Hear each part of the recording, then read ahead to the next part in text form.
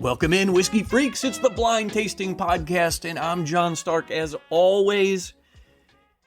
But today we're getting straight down to business because I got all kinds of things to throw your way as always. And not to brag, but I'm looking pretty fly and I'm feeling pretty dope. So let's do this thing. I got some big news from a distillery just across the river from me here, and I want to mention that to y'all real quick. And I got a fascinating new release to drop on y'all. And fascinating is in quotation marks. Now, that's sarcasm. And I want to talk about Pernod Ricard. They're under the spotlight in a bad way. And I want to talk about soda, like Coke, Pepsi, all that stuff. Hang with me, guys. It'll make sense. I promise. So here's the deal. So our good friends right here in St. Louis, Missouri, they just got some big accolades. And for those of you with infinity bottles, that means they got a really, really big ass award. It all happened at the 2026 American Distilling Institute's International Spirits Competition, where our good friends at Still 630 took a pretty high honor, and it was for their Due Process bourbon. What exactly is Due Process bourbon, you ask? Well, Due Process is a straight bourbon whiskey, and it's a Missouri straight bourbon that comes in at 5 years old, and it's cask strength, and it comes in at a whopping 130.6 proof. And according to the ADI, Due Process is now America's best cask strength whiskey. Guys, that's a big deal no matter how you slice it. They say the ADI said the tasting notes were caramel, charred oak, vanilla, brown sugar, toasted grain, cinnamon, leather, dark chocolate, honey, black pepper, all the things. And guys, it's just $75 on the Still 630 website. It really might be worth a look. So head over to Still 630, take a look. Oh, I forgot to say, it's a $750. I like that.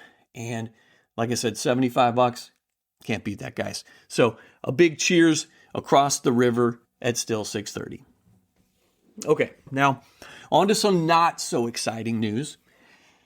And I've been avoiding this one, and I think I'm going to probably throw this one out too. And I'm not talking about Uncle Nearest, because I've said on here I'm not going to say any more about it, but it came across my news feed today, again, for the 10,000th time.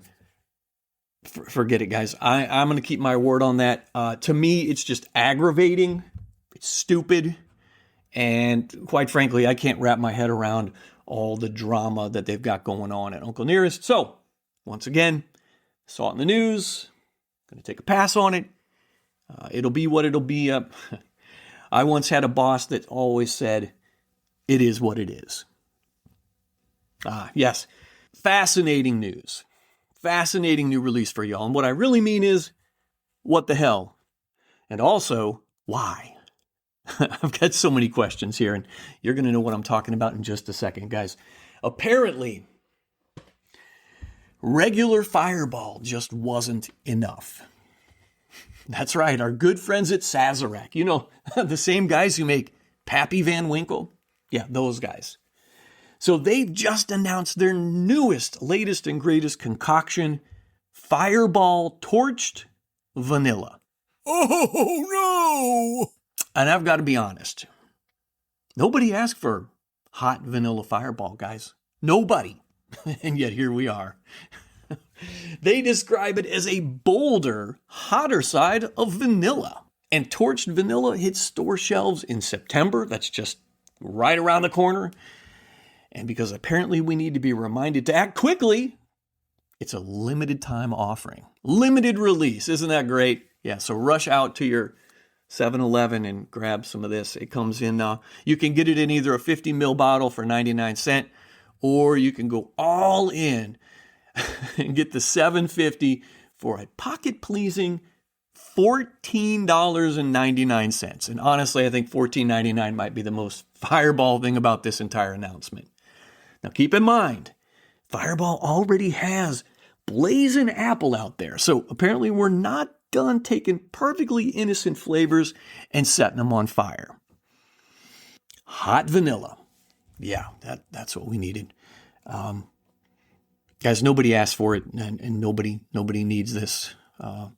But guess what? It's here, like it or not. And Fireball Torched Vanilla, limited edition. Go get you some. Yeah, you just can't make this stuff up. All right, on to the international landscape of whiskey. And this is more straight news, guys. We're heading over to India to talk about whiskey real quick. The Indian food safety regulators just recently inspected a Pernod Ricard plant in Bengaluru last week and collected samples of several of the company's whiskeys as part of what they're calling a broader investigation into India's $40 billion alcohol industry. Now think about that. There are about 1 billion people in India that are of drinking age. So really, that's a humongous market. Just putting that in perspective for you. I think we have somewhere around 150 million drinking age people here in America. So anyway, just putting things in perspective for you real quick.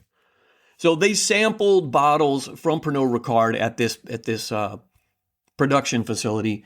They sampled Blender's Pride and Royal Stag. Those are two of Pernod Ricard's biggest whiskey brands that they sell in India. And they say there have been no adverse findings against Pernod Ricard, at least up until this point. Now, this is great. This is a fantastic organization here. The Food Safety and Standards Authority of India, or the FSSAI, they inspected the facility for 2 days. They collected liquor samples, and they requested documentation. One Indian government source told Reuters, the news agency, that the company was told to improve their hygiene at the facility and make sure its bottles have the proper markings indicating the use of recycled plastic. Pernod says that the regulatory inspections are a normal part. They're saying this is just normal course of doing business is what they're trying to say. They say it's a normal part of the industry's compliance process, and it maintains strong quality and safety standards at Pernod Ricard. Okay. The bad thing is that this inspection kind of comes at a pretty bad time or an interesting time for them, right? India has launched one of its biggest food safety crackdowns in years. Because earlier this month, regulators in India banned several whiskey and rum brands from Diageo, alleging improper use of flavorings. And Diageo is now trying to reformulate some of those products in an effort to get them off their ass and get those bans reversed. So it kind of seems that India is on the warpath right now. It's very interesting stuff that India is taking such an interest in that particular industry at this time. Now, Pernod has other headaches in India, including a $314 million demand related to alleged undervaluation of Scotch imports. And there's an antitrust case in a separate liquor policy dispute in New Delhi. And here's another reason that this is worth keeping an eye on. And I mentioned that comes at kind of an interesting or maybe even a bad time for Pernod. The company's been looking to reshape its portfolio recently, and it's made very clear that acquisitions are part of their strategy.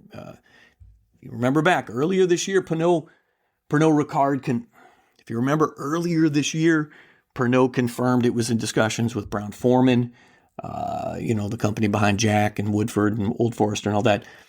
Eventually, they wanted to have a merger of kind of equals, but as we know, those talks, they ultimately fell apart and neither side could agree on terms. So the fact that Pernod was willing to pursue a deal of that magnitude and that size, it really tells you something. And what it tells you is they're looking. They're really trying to position themselves for what's next in this really tough global spirits market. So now you got Pernod Ricard. They're dealing with regulatory scrutiny in one of the biggest markets on earth. And at the same time, they're looking for ways to strengthen their portfolio and potentially make another big move. I got to mention, there are no findings against Pernod in this Indian inspection, at least yet. But it's certainly not the kind of headline a company wants while it's trying to figure out what its next big acquisition might look like. So real quick personal note here, just got back from, well, not just, a couple weeks ago now, I mentioned this on the last episode, just got back from a trip from North Dakota and South Dakota. And I wanted to kind of, it's not a rant, guys, but I just wanted to talk about this a little bit. And first I want to say, God bless America, right? I love this country. I love the national parks. I love the history. I love getting out on the road, seeing places I've never been before. The goal was for my wife to see North Dakota. She'd never been to North Dakota, trying to do the 50-state thing, right? So we spent quite a bit of time in Bismarck, North Dakota, which, by the way, is also a pretty cool little city. It's the capital of North Dakota. And naturally, we wanted to tour the capital because that's what we do. We've toured a lot of state capitals over the years, and the North Dakota state capital is unlike any other we've ever seen because it doesn't have a rotunda. It's a skyscraper. It's literally a skyscraper. And I think there are only 4 skyscraper state capitals in the United States. I think Florida's one of them, and then there's a couple other, and then naturally North Dakota. So you walk up to the North Dakota state capitol, and you're like, where's the dome? Well, there isn't a dome. There's no rotunda. It's basically a government office tower sitting out in the middle of the prairie. It's that simple. It's weird, but it's actually pretty damn cool. So for that, Bismarck, I'm giving you props. I'm giving you big credit. But then we started driving around North Dakota. We went through Medora, which I loved. Teddy Roosevelt National Park, also in North Dakota. It was spectacular. And while we were in Medora, we went to the Teddy Roosevelt Presidential Library and Museum, all that good stuff. North Dakota even has Badlands. I know everybody associates Badlands with South Dakota. North Dakota also has Badlands. They're epic. They're cool.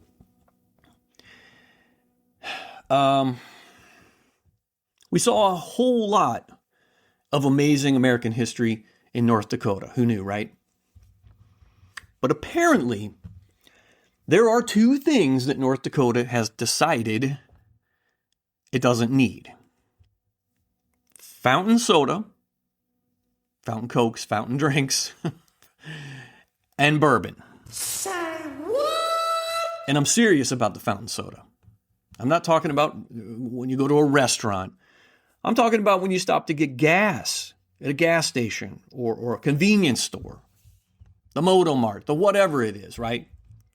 The places where you expect to walk inside and see a wall of soda machines with approximately 312 different combinations of carbonated beverages. It's America. You pull into a gas station, you fill up the car, you clean the windshield, you walk inside, you get yourself a giant 64-ounce big-ass gulp or some sort of big-ass Polar Pop or whatever. And for me, here in Illinois, that is not a luxury. It's basically a constitutional right. But they haven't heard about this in North Dakota. We pull into a gas station in North Dakota, we walk inside, we're looking for the fountain. There was nothing. Nothing. I mean, nothing. It was like you walked into a gas station in a foreign country, which I don't know. Do they even have gas stations? They do all the electric? I don't know. They sell gasoline. They got beef jerky. They got lottery tickets. They got windshield washer fluid, right? But there's no Cokes. All you could get was a stupid damn 20-ounce bottle. So that would have to do it. And you know, naturally, there's no way to keep that cold. Listen, I know this is a first world problem, but it's not a fountain drink. It's just a 20-ounce plastic bottle of Coke. And guys, I'm on vacation. That's part of the road trip. That's part of the experience. And it wasn't just one place. It was everywhere we stopped in North Dakota, whether it was Bismarck, Medora, all the little towns in between, gas station after gas station. Absolutely no fountain drinks, no big gulps, no Polar Pops, nothing. And I started to wonder, had North Dakota passed some sort of a law about this? I know in New York years ago, they wouldn't let you use a big cup or something. I don't know. Some kind of nonsense. I thought, well, maybe North Dakota's lost their ever-loving mind out here. And then I started noticing something else.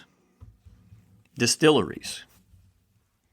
Or more accurately, the complete freaking absence of distilleries. Now, I realize I'm a bourbon guy. Maybe I'm a little spoiled. Again, first world problems. I live around St. Louis. You don't have to go far to find a distillery. You don't have to go more than 10 miles. And if you go to Kentucky, there's a distillery behind every tree and every holler on every ridge. Tennessee, same thing, right? Distilleries everywhere. Even Indiana, all over the place. Missouri, but North Dakota. And you always heard about whiskey in the Wild West. Well, apparently whiskey never made it that far north. And here's the real rub. The few distilleries we did find. Now, I'm not saying they were bad. Okay, yeah, I'm saying they were bad. Let me say it in a more kind and loving way. I'm just saying they weren't exactly Buffalo Trace-esque. Now, I'm not making this shit up, guys. You plug in the address for the distillery into your GPS. You pull up into the parking lot and you're thinking, is this a distillery or am I here to pick up a used snowblower? Guys, North Dakota has corn.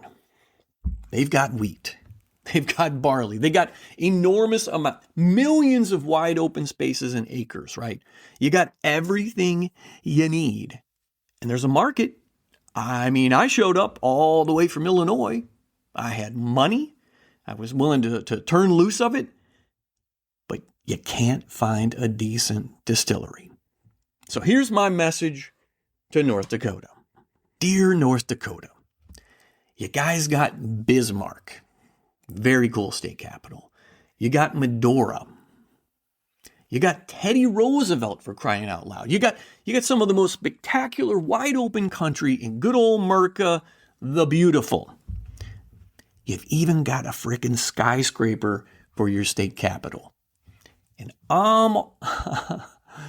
and all I'm asking for is a great big giant ass fountain Coke at the gas station. And that's the big debate, right? Coke. My wife calls every carbonated beverage a Coke because she grew up in Kentucky. I call it soda because I'm from Missouri. I don't know where y'all are from, but it's either Coke or soda, right? I mean, I saw this map one time on socials and they divided up the country and the folks that said soda, anyway, I digress. I'm just asking for a decent pour of bourbon and just maybe a big gulp. I don't believe in 2026, 57 years ago, we put a man on the moon. I just don't believe it's too much to ask in 2026. But seriously, guys, despite the lack of carbonated beverages, we did have an amazing trip in North Dakota and South Dakota. Minus fighting with and winning. Oh, there was so much winning with that thermostat in the hotel. You can check out a previous episode to hear about that one. But I really did love North Dakota. I'm just poking a little bit of fun here. And we really did drive place to place looking for please, Lord Jesus, let there be a fountain drink somewhere. I don't know why. I know you probably shouldn't drink soda anyway, right? But anyway, I love you, North Dakota. I just wish you had fountain sodas at the gas station. And every once in a while, a decent place to buy a pour of bourbon. That's all I ask. Guys, as always, I got to give a shout out. At the end of every episode, I give a shout out. But today, it's a little different. Today, my shout out is going to go out to St. Louis Cardinals soon-to-be superstar, I hope, Joshua Baez. And if you've not been hiding under a rock lately, he's the dude who smacked 3 consecutive home runs in his first 3 major league at-bats last weekend. And he did it all in one game. His first game in the majors. It's never been done before. It is an all-time record.